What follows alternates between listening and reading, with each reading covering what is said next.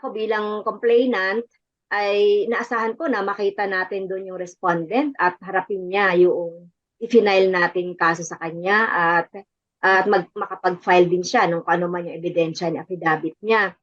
Bagamat maaaring magpadala na lamang ng legal counsel si dating Pangulong Rodrigo Duterte para maghain ng counter affidavit at supporting documents sa Quezon City Prosecutor's Office, hinamon ng Makabayan Bloc ang dating presidente na harapin ng personal ang reklamong grave threat na inihain laban sa kanya ni House Deputy Minority Leader at ACT Teachers Party List Representative Franz Castro. Again, wala na siyang immunity.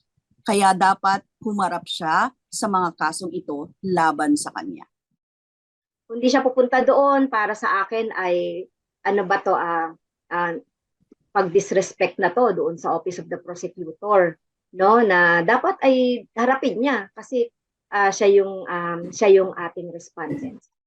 Noong Miyerkules, November 15, nagpalabas ng subpoena ang QC Prosecutor's Office upang ipatawag si dating Pangulong Duterte kaugnay sa gagawing preliminary investigation. Naghain ng reklamong kriminal na grave threats sa ilalim ng Article 282 ng Revised Penal Code na may kaugnayan sa Section 6 ng Cybercrime Prevention Act of 2012 si Congresswoman Castro. Kaugnay ito ng mga pagbabantang ginawa umano ng dating presidente laban sa buhay ng mambabatas sa isang panayam. Sa isang programa, sinabi naman ni dating Pangulo na magpapakulong na lang umano siya dahil ginigipit o inuusig siya ni Congressman Castro. Ito ang kanyang naging sagot kaugnay sa tanong kung susundin ba niya ang subpoena kaugnay sa reklamong inihain laban sa kanya. Tugon naman ng Makabayan Bloc, hintayin niya yung proseso ng batas kung siya ay mapapakulong o hindi. So wag niyang pangunahan ang justice system.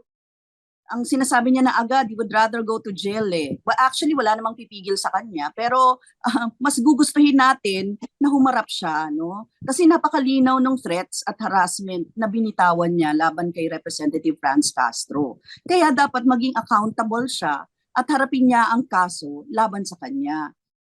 iginiit ni Congressman Castro na hindi niya ginigipit ang dating Pangulo at sa halip ay ginagamit lang niya ang kanyang karapatan na maghain ng reklamo dahil sa umano'y tahasang pagbabanta nito sa kanyang buhay.